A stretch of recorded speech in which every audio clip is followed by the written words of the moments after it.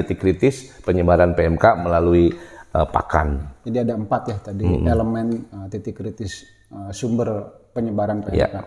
Nah sekarang gini Kang Dani, Sobat Tani, Sobat Colenak, tentunya untuk teman-teman peternak, Sobat Tani, Sobat Colenak tidak harus berpikir nanti seperti apa nih pakan yang akan digunakan. Kan kita lebih baik ini dulu lah istilahnya apa, mencegah, preventif, ya, supaya tidak berlanjut lah. Jadi ini terutama untuk teman-teman pabrik. Jadi pabrik pakan itu bukan pabrik, jangan konotasinya yang skala besar. Ya. Artinya semua produsen, baik yang kecil, menengah maupun yang besar, maksudnya produsen pakan ya, atau bahan pakan itu sebisa mungkin mencegah sedini mungkin. Betul. Mungkin. Harus lebih perhatian, harus lebih waspada. Nah ini gimana nih Kang Dani pencegahannya? Apakah nanamnya harus gimana gitu atau cara membuatnya gimana gitu? Pencegahan yang sekarang kita fokus ke via pakan ini adalah penyebaran virus yang melalui pakan. Itu tetap kita harus meningkatkan pertama biosecurity juga harus. Biosecurity itu ya kontrol lalu lintasnya, kemudian isolasinya, sanitasinya terhadap pakan tersebut, kemudian karyawannya dengan sarana prasarananya, Kang Dayat. Berarti kayak seperti tadi diceritakan di kebun binatang, ya minimal ada peringatan lah. Iya, ada peringatannya, yang lalu lintas orang lewat seperti Kemudian dulu pernah kita bahas di episode berapa itu bikin sarana biosecurity di apa itu? Ya lah, ini apa? Hand sprayer untuk sprayer untuk orang lewat itu ya. Itu kayak gitu-gitu tuh kadang-kadang ya kita menganggap ente nggak usah lah itu mah, padahal itu penting banget. Jadi biosecurity itu bermacam-macam tadi, dari mulai isolasi lingkungan lintas orang lalu lalang, kemudian sanitasi kandang dan lain-lainnya, bahkan ke tempat pakannya. Karena ini kita membicarakan tentang titik kritis penyebaran PMK melalui pakan. Nah, kemudian ada lagi nanti tentang pemanasan atau juga fermentasi anaerob. Oh, ini Sobat Tani saya beringat. Pernah kita bahas beberapa episode, mungkin episode awal-awal lah. Sebetulnya ini Kang Dani, kalau begini ini nyambung juga nih.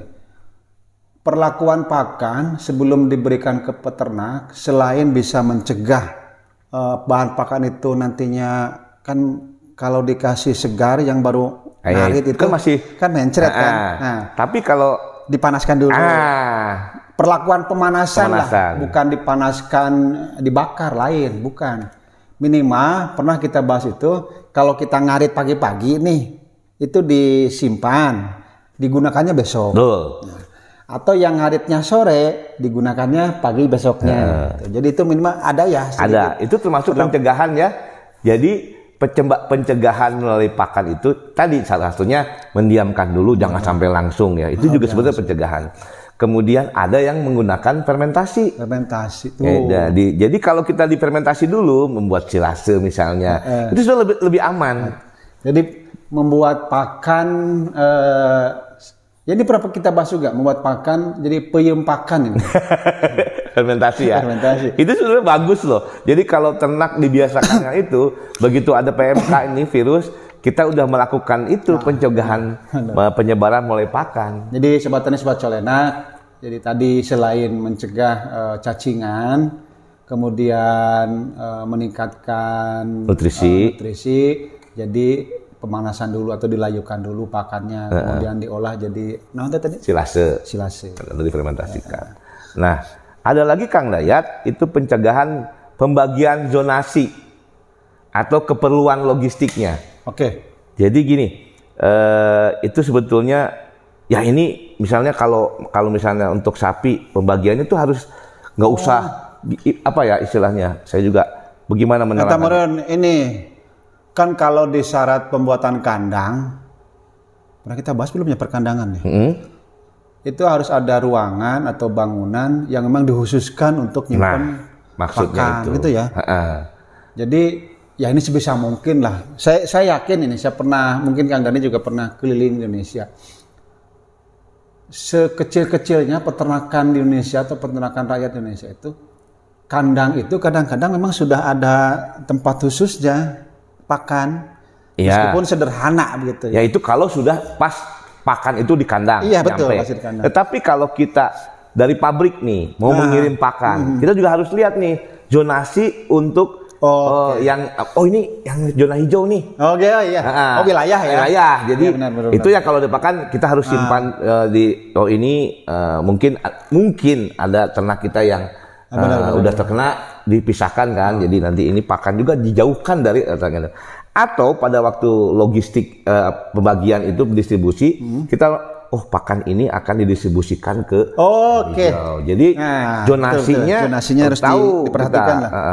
Jadi pembagian zonasi, ini bagian darah merah, berarti kita harus packingnya harus bagus, sehingga harus hati-hati nih. Kalau pakan ini nanti untuk pakan yang quote and quote dia udah terkena, kita juga harus hati. Jangan lagi disebarkan lagi. Jadi itu jadi harus pembagian zonasi. Jadi mulai dari situ udah kita harus perhatikan Kang Dayat. Jadi terutama pabrik pakan ya, atau kita mau beli pakan. Betul. Jadi Sobat Tani mau tidak mau untuk saat ini, Sobat Tani melihat ini sebetulnya diupdate di Kementerian Pertanian tentang informasi zonasi penyebaran PMK. Iya. Mana wilayah merah, kuning, hijau. Nah, nanti kalau misalnya Sobat Tani katakanlah ini akan mendatangkan pakan dari daerah A, kebetulan merah nih. Di tempat Sobat Tani itu berarti harus ekstra. Betul. Ekstra. Kemudian ini dari hijau nih, ini mungkin bisa soft lah. Iya. Jadi tidak harus ekstra. Paling tetap biosecurity dipakai, tapi penanganannya tidak seketat yang dari zona merah gitu ya. Betul. Jadi jangan sampai itu pakan rumput odot dari yang punya ini nih terkena PMK banyak banget tuh hati-hati. Itu bisa kena karena tadi dari udara. Jadi semacam gini, ini dari zona merah. Mau ke peternakan kita yang zona hijau. Jadi penanganannya atau pencegahannya itu ekstra. Betul. Double triple lah. Double triple. Pakannya diperhatikan. Dipanaskan, disemprot, semuanya udah maksimal. Karena katakanlah itu udah Sobat Tani, Sobat Colenak misalnya ada pakannya memang sudah cocok dengan produsen A misalnya. Betul. Karena kalau ganti pakan juga bermasalah juga terhadap produksi gitu kan. Nah, supaya gampangnya apa? Diberi label. Pakannya itu diberi label bahwa pakan itu bebas PMK. Apa di wilayah yang bebas PMK. Jadi membawa itu surat keterangan di kemasannya ya, di kemasannya. Surat keterangan lah dari setempat. Betul. Dari lokasi produsen pakan setempat bahwa pakan ini sudah aman. Bebas, aman. Artinya bebas bukan dari zona itu. Jadi ada labelnya untuk PMK. Nah, ada lagi Kang Dayat, karena ini berhubungan dengan tadi sarana prasarana juga harus disterilisasi. Jadi tempat pakan itu harus disterilisasi secara terjadwal, berkala. Jadi harus itu sterilisasi. Kan banyak sekarang cara mensterilisasi itu kan, direndam dengan mungkin dipanaskan, kemudian pakai. Jadi ini Kang Dani teringat kemarin beberapa hari yang lalu. Saya diminta untuk menjadi pemateri di Kota Depok. Wow, ya. Kang Dani mungkin tahu lah atau pernah mungkin membaca atau mendengar informasi kelangkaan vitamin dan obat. Ya. Kenapa langka? Karena banyak yang butuh. Gitu. Banyak yang mau ya. Banyak yang butuh. Itu udah hukum alam, hukum pasar lah. Nah, ada peserta yang menanyakan gimana caranya mendesinfektan jika produk desinfektan yang khusus untuk peternakan habis di pasaran. Nah, kemudian sebetulnya ini juga kalau nggak salah pernah dibahas di episode yang beberapa yang lalu ya, Kang Dani. Sobat Tani, Sobat Colenak, untuk bahan desinfektan ini yang sudah upaya terakhir lah minimal, tapi minimal bisa mengurangi mikroorganisme lah. Saya tidak tahu persis nih bahan aktif di produk itu apa, tapi bisa mengurangi. Seperti bahan untuk desinfektan atau membersihkan rumah. Ya. Contohnya misalnya yang berbahan Lysol. Cair ya, dicairkan. Berbahan aktif Lysol, kemudian kreolin, kemudian mungkin formalin. Iya. Nah, itu bisa digunakan. Tuh. Artinya untuk Sterilisasi tadi.